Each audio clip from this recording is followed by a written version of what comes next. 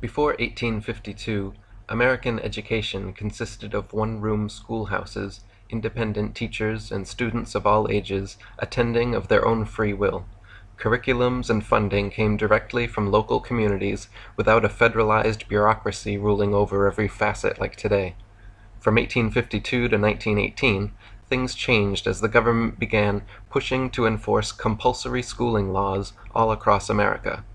These were coupled with new child labor laws in an effort to take children off the farms from under their families' tutelage and force them into indoctrination camps under the government's tutelage. These laws were met with strenuous opposition at every turn by the U.S. population, and unless there was an incredibly well-backed agenda to make sure such laws passed, they would not have. If it was simply a matter of what the people in individual states really wanted, child labor and compulsory schooling issues would have been dropped as soon as they were raised. As Edward Ross stated, plans are underway to replace community, family, and church with propaganda, education, and mass media. People are only little plastic lumps of human dough. And Elwood Cubberley said, "Each year the child is coming to belong more to the state and less to the parent." In his book, Public Education in the United States, Elwood Cubberley wrote, "At first the laws were optional. Later the law was made statewide, but the compulsory period was short, 10 to 12 weeks, and the age limits low, 9 to 12 years. After this, struggle came to extend the time, often little by little, to extend the age limits downward to 8 and 7, and upwards to 14, 15, or 16, to make the law apply to children attending private and parochial schools, and to require cooperation from such schools for the proper handling of cases, to institute state supervision of local enforcement, to connect school attendance enforcement with the child labor legislation of the state through a system of working permits. Once federalized mandatory schooling was employed countrywide, the compulsory attendance of 9 to 12-year-olds, 10 to 12 weeks a year, was incrementally lengthened to the point that nowadays 4-year-olds are entering preschools and 26-year-old doctors are still being indoctrinated almost the whole year long. Ironically, the longer students remain in their respective institutions, the more respect they are generally given in their field. Thus, our experts in medicine, science, technology, philosophy, economics, politics, etc. are generally those who have received the most government indoctrination. Elwood Cubberley wrote, "Since 1900, and due more to the activity of persons concerned with social legislation and those interested in improving the moral welfare of children than to educators themselves, there has been a general revision of the compulsory education laws of our states, and the enactment of much new child welfare and anti-child labor legislation. These laws have brought into the schools not only the truant and the incorrigible, who under former conditions either left early or were expelled, but also many children who have no aptitude for book learning, and many children of inferior mental qualities who do not profit by ordinary classroom procedures. Our schools have come to contain many children who become a nuisance in the school and tend to demoralize school procedure." At the turn of the 20th century, Cubberley spoke of how children mechanically minded without aptitude for book learning or of inferior mental capacities became a nuisance in the school and tend to demoralize school procedure. At the turn of the 21st century, Bush continued pushing the idea of no child left behind, the complete opposite, which expands special ed at the expense of gifted and talented programs, promotes outcome-based education, an atrocious educational philosophy now being promoted, and furthers state control of your children. If you believe in the myth of a benevolent nanny state that looks out for your best interests from cradle to grave, no child left behind might fit well into your philosophy, but for independent individuals, lovers of freedom, this is the final step in government mind control. Helen Todd wrote, "In 1909, a factory inspector did an informal survey of 500 working children in 20 factories. She found that 412 of them would rather work in the terrible conditions of the factories than return to school." David Tyack wrote, "In one experiment in Milwaukee, for example, 8,000 youth were asked if they would return full-time to school if they were paid about the same wages as they earned at work. Only 16 said they would." California Education Administrator Elwood Cubberley was the main anti-establishment voice speaking out against the standardizing and enforcement of our schooling. The leading pro-establishment voice was U.S. Commissioner of Education William Torrey Harris. Listen to Harris's words from his 1906 The Philosophy of Education. 99 students out of 100 are automata, careful to walk in prescribed paths, careful to follow the prescribed custom. This is not an accident, but the result of substantial education, which, scientifically defined, is the subsumption of the individual. Is this a sane philosophy of education by anyone's standards? This is the man who gave America scientifically age-graded classrooms to replace the long successful practice of mixed-age schoolhouses. In The Philosophy of Education, Harris wrote his vision of the perfect classroom. The great purpose of school can be realized better in dark, airless, ugly places. It is to master the physical self, to transcend the beauty of nature. School should develop the power to withdraw from the external world. The first federalized education board was the 1870 founded NEA, National Education Administration, which quickly announced that countrywide school science courses must be restructured to teach evolution as fact, not theory. Having gained a fair amount of pull in the NEA, in 1903 John D. Rockefeller created the GEB, General Education Board, in an effort toward this goal of social control. Later, in 1923, he would also create the International Education Board, providing over $20 million to promote education abroad. The Rockefeller, Carnegie, and Ford groups have often funded and thus steered American education more so even than the government. John Taylor Gatto wrote, "Reading through the papers of the Rockefeller Foundation's General Education Board, an endowment rivaled in school policy influence in the first half of the 20th century only by Andrew Carnegie's various philanthropies, 7 curious elements force themselves on the careful reader. 1. There appears a clear intention to mold people through schooling. 2. There is a clear intention to eliminate tradition and scholarship. 3. The net effect of various projects is to create a strong class system verging on caste. 4. There is a clear intention to reduce mass critical intelligence while supporting infinite specialization. 5. There is clear intention to weaken parental influence. 6. There is clear intention to overthrow accepted custom. 7. There is striking congruency between the cumulative purposes of GEB projects and the utopian precepts of the oddball religious sect once known as perfectionism, a secular religion aimed at making the perfection of human nature, not salvation or happiness, the purpose of existence. The agenda of philanthropy, which had so much to do with the schools we got, turns out to contain an intensely political component." Gary Allen wrote, "One would assume that since the Rockefellers are thought of as capitalists, they would have used their fortune to foster the philosophy of individual liberty, but just the opposite is true. We have been unable to find a single project in the history of the Rockefeller Foundations which promotes free enterprise. Almost all of the Rockefeller grants have been used directly or indirectly to promote economic and social collectivism, i.e., socialism." Meyer Kutz wrote, "Philanthropy is the essential element in the making of Rockefeller power.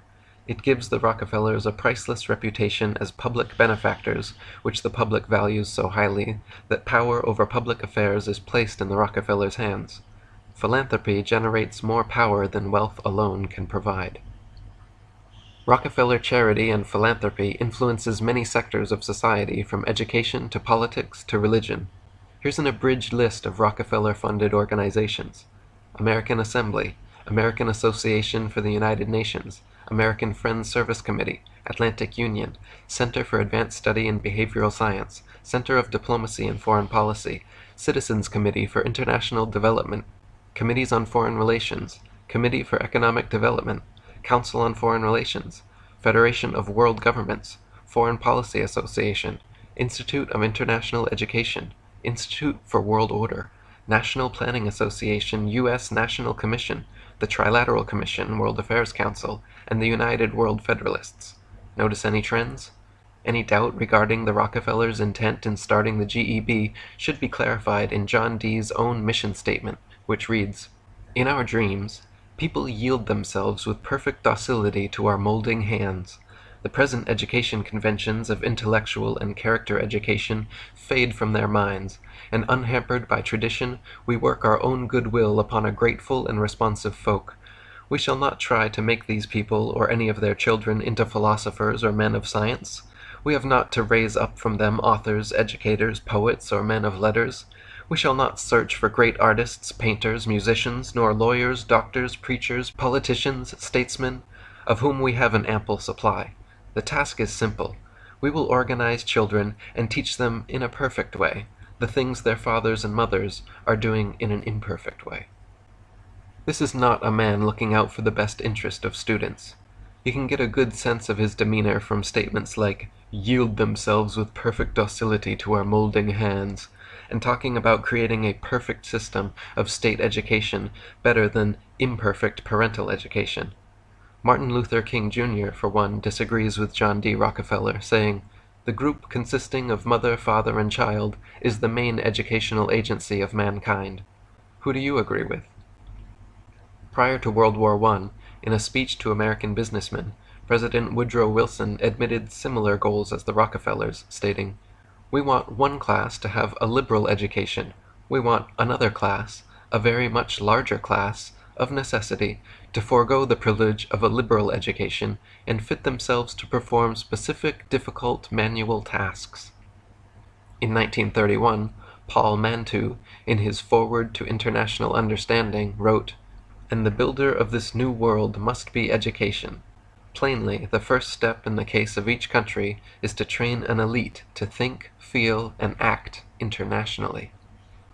In 1932, continuing their effort to change the philosophical goals of American education, the Rockefeller and Carnegie-dominated NEA created the EPC, Educational Policies Commission. Years later, the EPC put together its book, Education for All American Youth, which outlined federal programs for health, education, and welfare to be combined under one giant bureaucracy. It outlined preschool programs, sex education classes, and the removal of local control over educational issues, without seeming to do so. A 1934 NEA report advised, "A dying laissez-faire must be completely destroyed, and all of us, including the owners, must be subjected to a large degree of social control." So these education experts actually speak of themselves as owners and worry about falling under a large degree of the social control which they themselves implement. Walter Lippmann wrote in 1940, "The thesis I venture to submit to you is as follows, that during the past 40 or 50 years, those who are responsible for education have progressively removed from the curriculum of the studies the Western culture which produced the modern democratic state. That the schools and colleges have, therefore, been sending out into the world men who no longer understand the creative principle of the society in which they must live. That deprived of their cultural tradition, the newly educated Western men no longer possess, in the form and substance of their own minds and spirits and ideas, the premises, the rationale, the logic, the method, the values of the deposited wisdom which are the genius of the development of Western civilization. That the prevailing education is destined, if it continues, to destroy Western civilization, and is in fact destroying it. I realize quite well that this thesis constitutes a sweeping indictment of modern education, but I believe the indictment is justified, and here is a prima facie case for entering this indictment." In 1942, the Institute of Pacific Relations published Post-War Worlds. In it, P.E. Corbett wrote, "World government is the ultimate aim.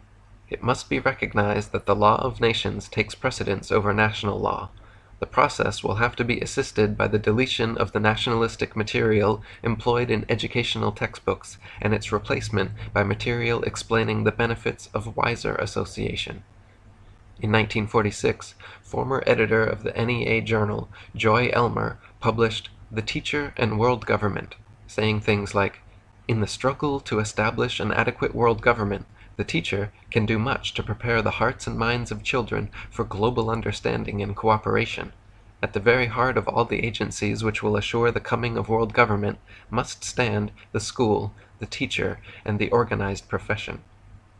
The next year, in 1947, the American Education Fellowship, organized by establishment minion John Dewey of the Dewey Decimal System, called for the establishment of a genuine world order, an order in which national sovereignty is subordinate to world authority.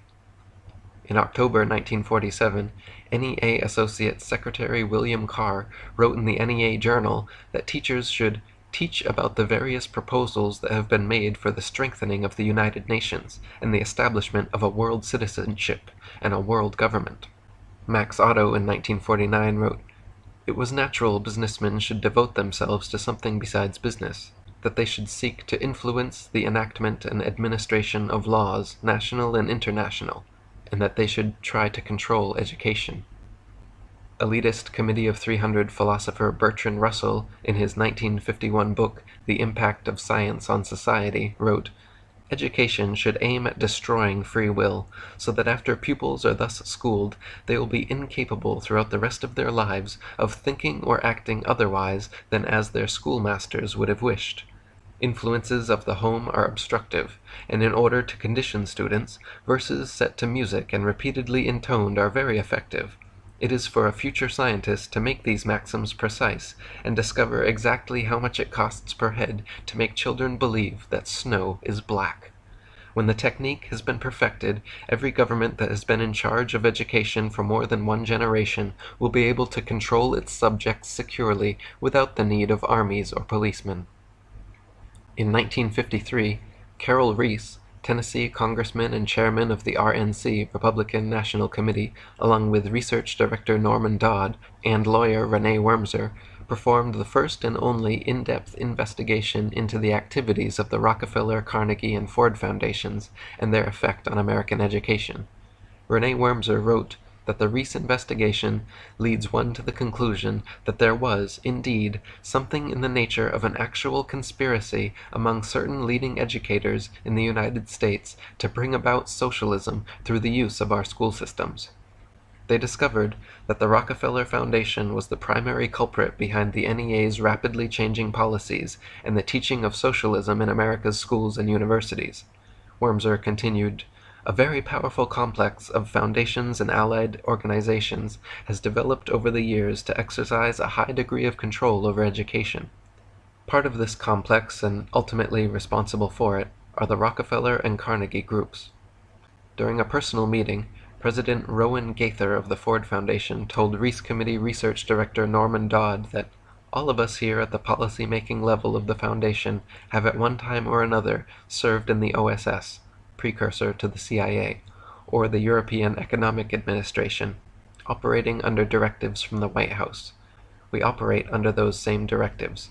The substance under which we operate is that we shall use our grant-making power to so alter life in the United States that we can be comfortably merged with the Soviet Union." As their meeting turned from civil to threatening, Gaither warned Dodd, "If you proceed with the investigation as you have outlined, you will be killed." Fritz Springmeier wrote, "This was the situation in the 1950s when the Reese Committee briefly investigated.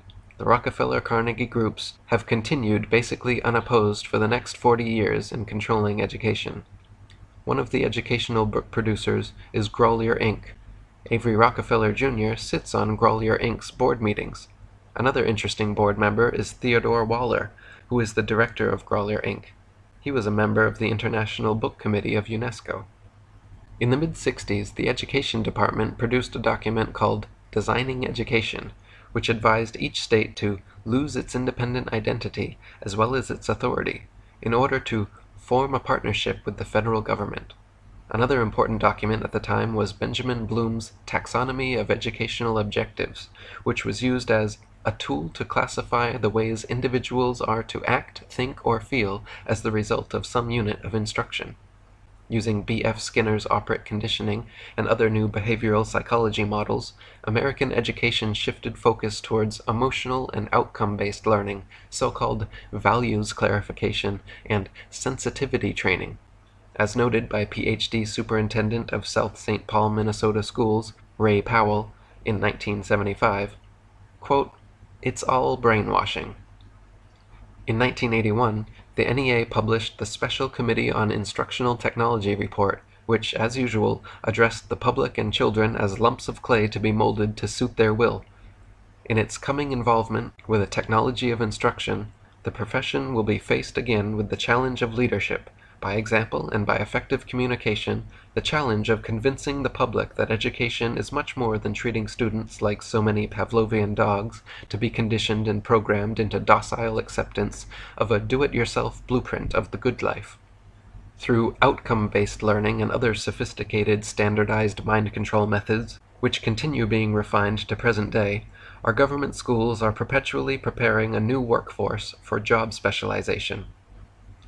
As Charlotte Iserby wrote in The Deliberate Dumbing Down of America, outcome-based education, because it concentrates on an end product of its process, can be said to restrict the student's mental functioning. Success in an outcome-based environment is restricted to performing prescribed tasks to the point of automaticity. The functions of memory and creativity are not used, nor are they considered necessary to succeed in an OBE program or any program that uses Skinnerian mastery learning or direct instruction. Predictability is the bottom line for OBE, limiting the student to only those responses which are prescribed. When trained by OBE methodology, the student cannot fail unless he employs creativity and produces an unpredicted response. In an OBE environment, he can believe only that which is acceptable. The most predictable outcome, over time, is frustration, and ultimately, low achievement and behavior problems. John Taylor Gatto wrote in The Underground History of American Education, "Schools at present are the occupation of children. Children have become employees, pensioners of the government at an early age. But government jobs are frequently not really jobs at all. That certainly is the case in the matter of being a school child. There is nothing or very little to do in school, but one thing is demanded, that children must attend, condemned to hours of desperation, pretending to do a job that doesn't exist. At the end of the day, tired, fed up, full of aggression, their families feel the accumulated tedium of their pinched lives.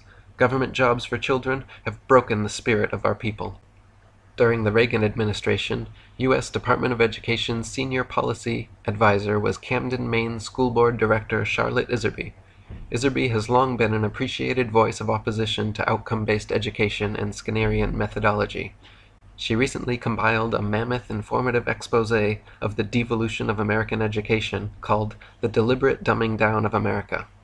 She explains how, quote, "an alien collectivist socialist philosophy, much of which came from Europe, crashed onto the shores of our nation, bringing with it radical changes in economics, politics, and education, funded, surprisingly enough, by several wealthy American families and their tax-exempt foundations.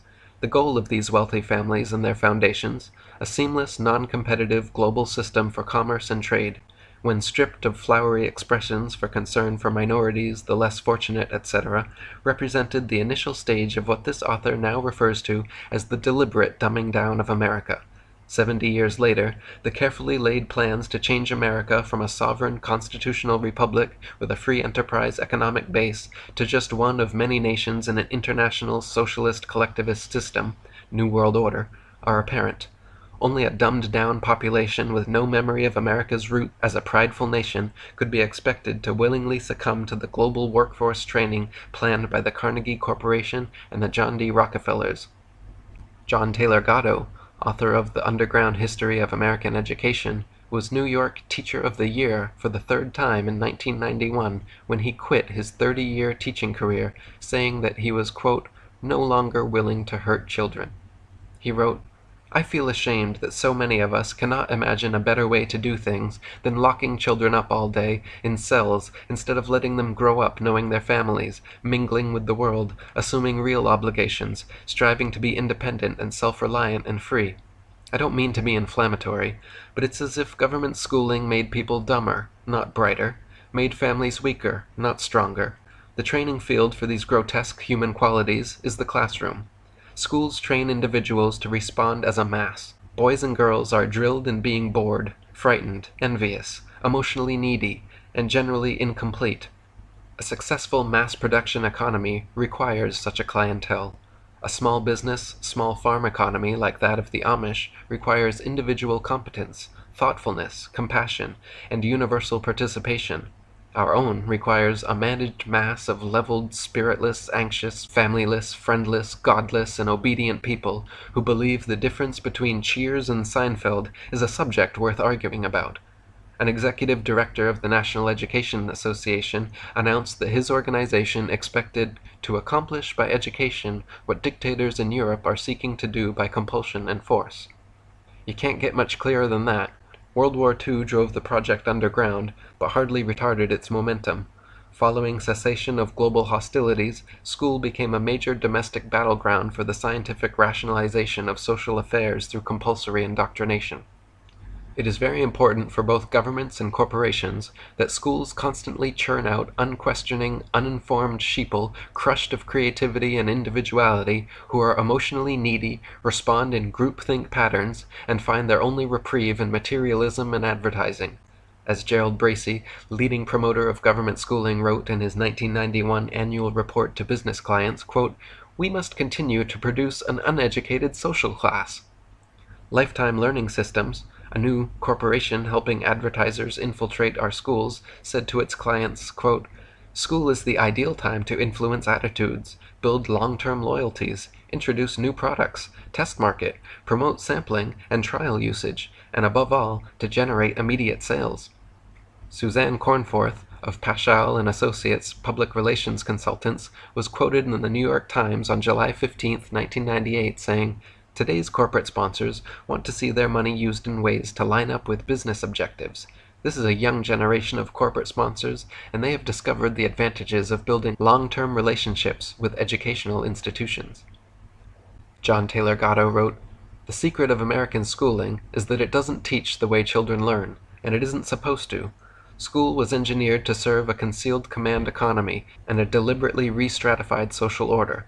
It wasn't made for the benefit of kids and families, as those individuals and institutions would define their own needs. School is the first impression children get of organized society. Like most first impressions, it is the lasting one. Life, according to school, is dull and stupid. Only consumption promises relief. Coke, Big Macs, fashion jeans, that's where real meaning is found. That is the classroom's lesson. However, indirectly delivered. Advertising, public relations, and stronger forms of quasi-religious propaganda are so pervasive in our schools, even in alternative schools, that independent judgment is suffocated in mass-produced secondary experiences and market-tested initiatives.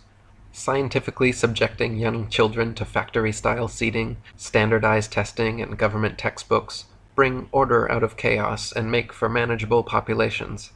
Modern schools create uniformity while suppressing skepticism and creativity. They overdevelop competitive spirit while undermining compassion and curiosity. They promote cliques, gangs, small group mentalities, and small picture thinkers. Grading and testing procedures hinder big picture understanding of any subject and force students to focus on more simple, gradable aspects. True education and mastery of the subjects at hand are not encouraged or even feasible. Students are merely required to memorize trivial information like names, dates, places, events, etc., just long enough to regurgitate for standardized multiple-choice tests. Then, after examination, the trivial info stored in their short-term memory disappears along with their superficial understandings of each subject. Ralph Waldo Emerson wrote, "We are students of words. We are shut up in schools and colleges and recitation rooms for 10 or 15 years, and come out at last with a bag of wind, a memory of words, and do not know a thing." H. L. Mencken wrote, "That erroneous assumption is to the effect that the aim of public education is to fill the young of the species with knowledge and awaken their intelligence, and so make them fit to discharge the duties of citizenship in an enlightened and independent manner. Nothing could be further from the truth. The aim of public education is not to spread enlightenment at all. It is simply to reduce as many individuals as possible to the same safe level, to breed and train a standardized citizenry, to put down dissent and originality. That is its aim, in the United States, whatever the pretensions of politicians, pedagogues, and other such mountebanks, and that is its aim everywhere else." John Stuart Mill wrote, "A general state education is a mere contrivance for molding people to be exactly like one another, and as the mold in which it casts them is that which pleases the predominant power in the government, it establishes a despotism over the mind."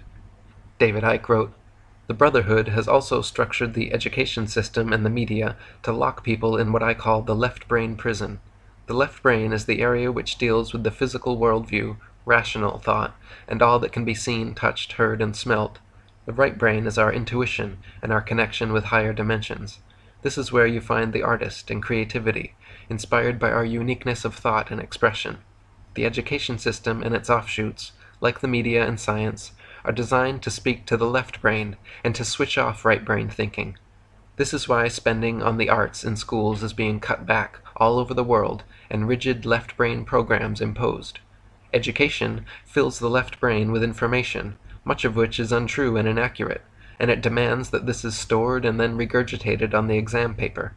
If you do this like a robot, you pass. If, however, you filter the information through the right brain and say, "Hey, this is a piece of shit," you won't pass, even though you will be telling the truth. Isn't education just wonderful? It has been demonstrated if you read the brain waves of a typical American. Left brain neurons are constantly more active than the right. And with the constant suppression of creativity and right brain sympathies, we crank out a population of students who want to be musicians, actors, artists, painters, and poets, but are forced into the real-world jobs of accounting, business, economics, advertising, etc. Bertrand Russell wrote, "What's the difference between a bright, inquisitive 5-year-old and a dull, stupid 19-year-old? 14 years of the British educational system." Vladimir Lenin wrote, "Give me 4 years to teach the children, and the seed I have sown will never be uprooted." Joseph Stalin wrote, "Education is a weapon, whose effect depends on who holds it in his hands and at whom it is aimed."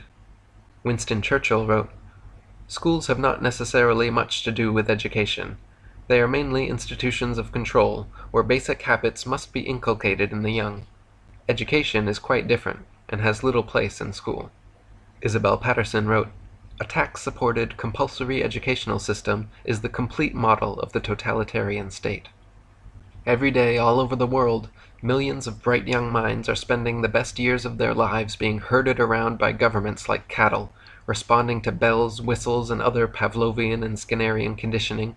Millions of children are locked into this program Monday to Friday from 9 to 5, performing boring and arduous tasks against their will because society has deemed it necessary.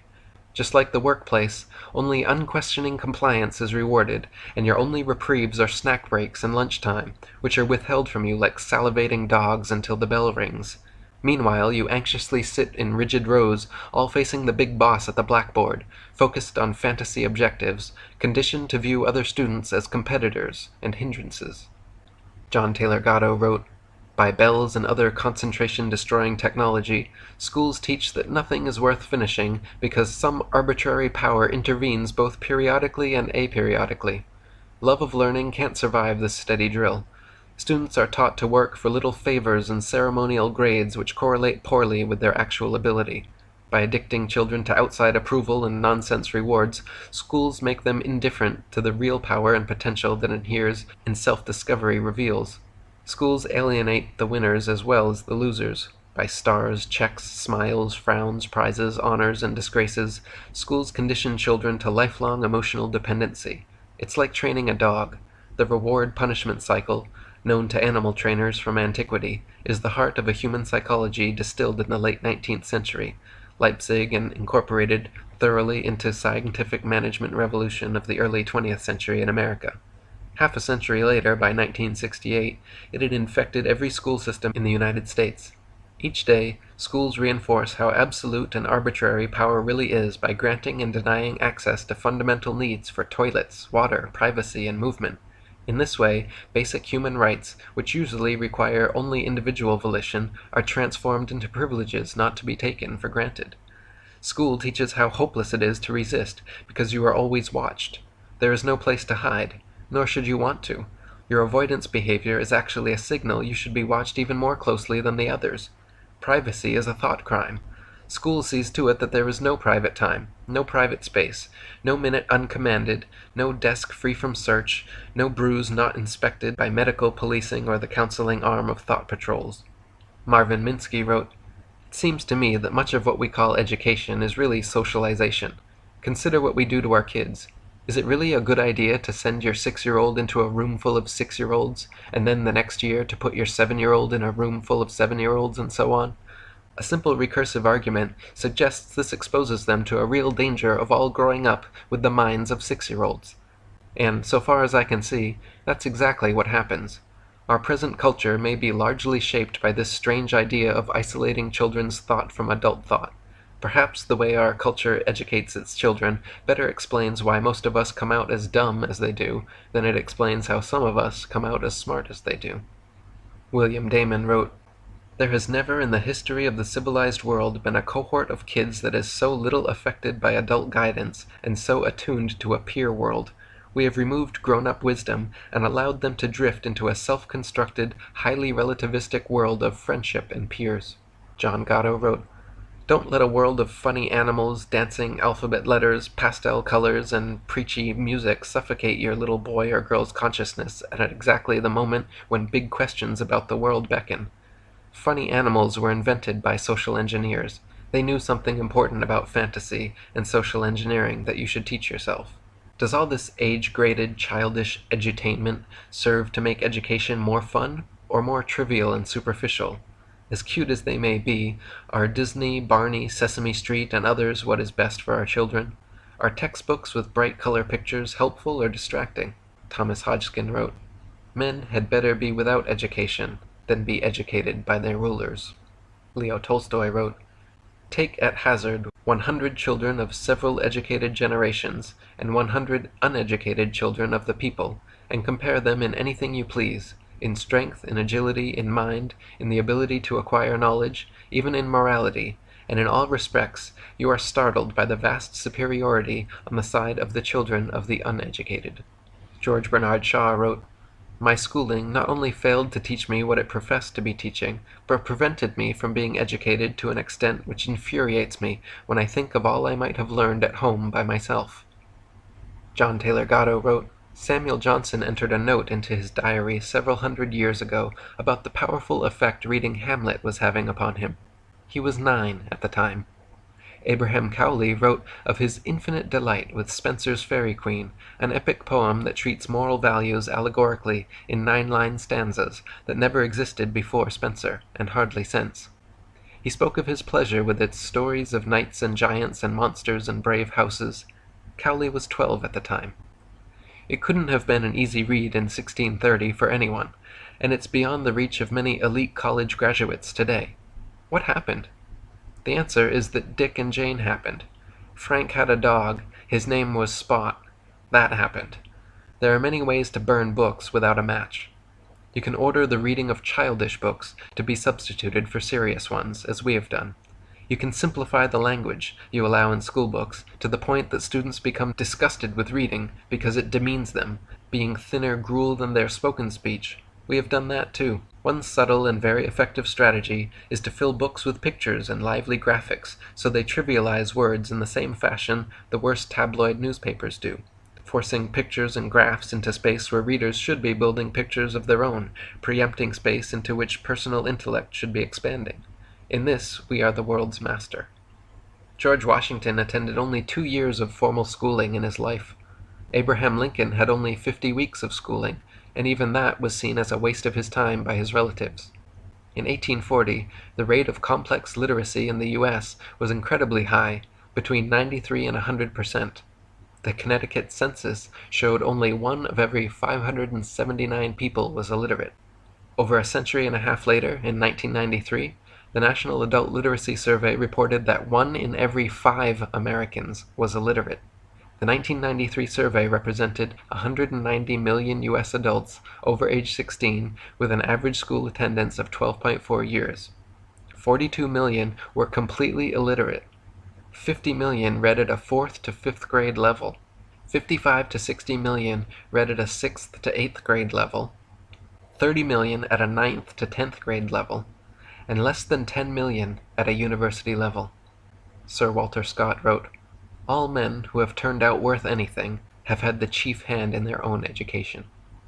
John Taylor Gatto wrote, "In 1882, 5th graders read these authors in their Appleton school reader: William Shakespeare, Henry Thoreau, George Washington, Sir Walter Scott, Mark Twain, Benjamin Franklin, Oliver Wendell Holmes, John Bunyan, Daniel Webster, Samuel Johnson, Lewis Carroll, Thomas Jefferson, Ralph Waldo Emerson, and others like them.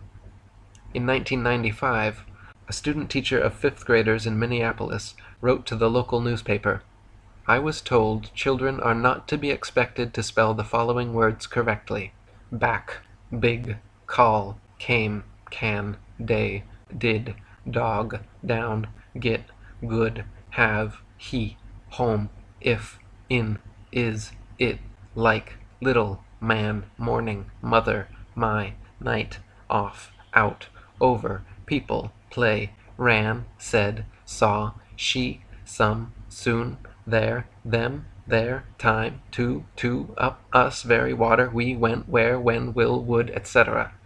Is this nuts?"